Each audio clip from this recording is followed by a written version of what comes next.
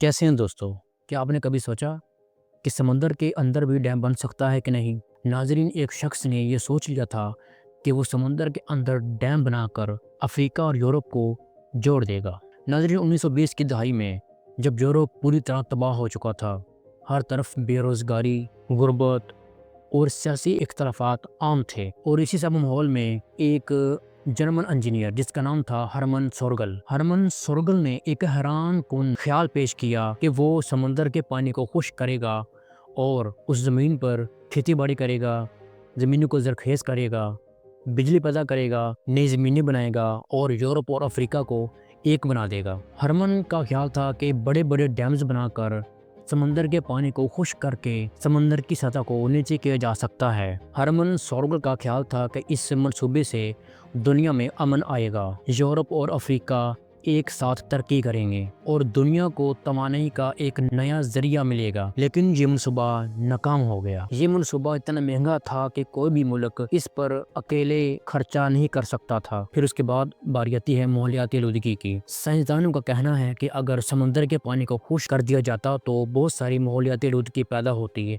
बारिशें कम होती जिसकी वजह से बहुत सारे मसाइल पैदा होते और समंदरी आबी हयात मुकम्मल तौर पर तबाह हो जाती। और इस पर एक सियासी मसला भी था। यूरोप के ममालिक एक दूसरे पर एतबार नहीं करते थे, जिसकी वजह से ये मनसूबा नाकाम होता दिखाई दे रहा था। और फिर आहिस्ता आहिस्ता यूरोप ने जंग अजीम दोम की तैयारी करना शुरू कर दी। नाजरीन, क्या आप जानते हैं हरमन सोरगल का जो ख्वाब था वो किस जगह का था? उसने किस जगह को मुंतखब किया था कि वो समंदर के पानी को खुश्क करेगा? नाजरीन, वो जगह थी मेडिटेरेनियन सी, जिसे बहरे रूम भी कहते हैं। नाजरीन, इस मेडिटेरेनियन सी पर 3 डैम्स बनने थे। एक डैम जो कि जबल तार पर, जिसे स्ट्रेट ऑफ गिब्राल्टार भी कहते हैं, दूसरा सिसिली और ट्यूनिस के दरमियान, और तीसरा डैम बनना था इस्तांबुल के करीब। नाज़रीन, स्ट्रेट ऑफ गिब्राल्टार ये वो जगह है जहाँ से अफ्रीका और यूरोप आपस में एक दूसरे से सिर्फ 14 किलोमीटर दूर हैं। ये वो जगह है स्ट्रेट ऑफ गिब्राल्टार जहाँ से हज़ारों जहाज़ दिन में गुजरते हैं। नाज़रीन, ये बहुत अहम गुजरगाह है।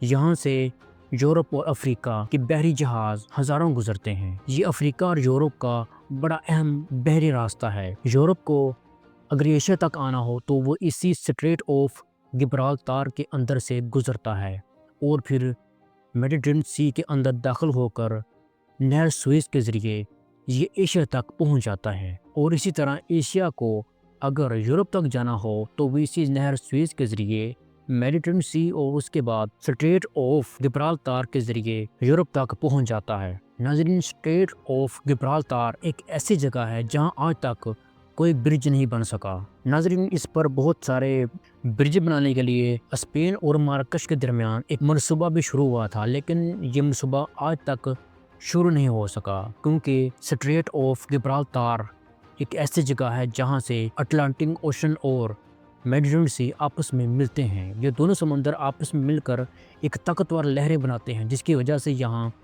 कश्तियों का ठहरना, बहरी जहाज़ों का ठहरना तकरीबन नामुमकिन सा हो जाता है। और ये तकरीबन 300 से 900 मीटर गहरा है, जिसकी वजह से यहाँ पिलर खड़ा करना तकरीबन नामुमकिन है। नाज़रीन, अगर वहाँ पुल बना भी दिया जाए तो वहाँ जहाज़ों की आमद-ओ-रफ्त में बहुत रुकावट बनेगी। पुल को बहुत ज़्यादा ऊंचा बनाना पड़ेगा और लंबा भी बनाना पड़ेगा और फिर लागत बहुत ज़्यादा आएगी। और इतना बड़ा पुल बनाना अरबों डॉलर का सरमाया लगेगा। और फिर इसके बाद दोनों मुल्कों को एक दूसरे पर एतमाद करना होगा, सियासी भी, इक्तिसादी भी और सिक्योरिटी के लिहाज से, जिसकी वजह से ये पुल कामयाब हो सकता है या नहीं ये तो बात की बातें हैं। कई दहाइयों से तजवीज़ पेश की गई है कि मराकश और स्पेन के दरमियान या तो पुल बनाया जाए या फिर ज़ेर ज़मीन टनल बनाई जाए, जिस तरह इंग्लैंड और फ्रांस के दरमियान मौजूद है। लेकिन अब तक ये मनसूबा सिर्फ एक मनसूबा बंदी की सूरत में ही मौजूद है, हकीकत में इसकी तामीर नज़र नहीं आती। तो नाज़रीन, हो सकता है कि जहाँ स्ट्रेट ऑफ गिब्राल्टार है, यहाँ अगर हरमन सोरगल डैम बनाता तो सबसे बड़ा डैम जो कि अटलांटिक ओशन के पानी को कंट्रोल करना था, इसी स्ट्रेट ऑफ गिब्राल्टार के ज़रिए कंट्रोल करना था। ये मनसूबा तकरीबन नामुमकिन सा है। जहाँ एक पुल नहीं बन सकता तो वहाँ पर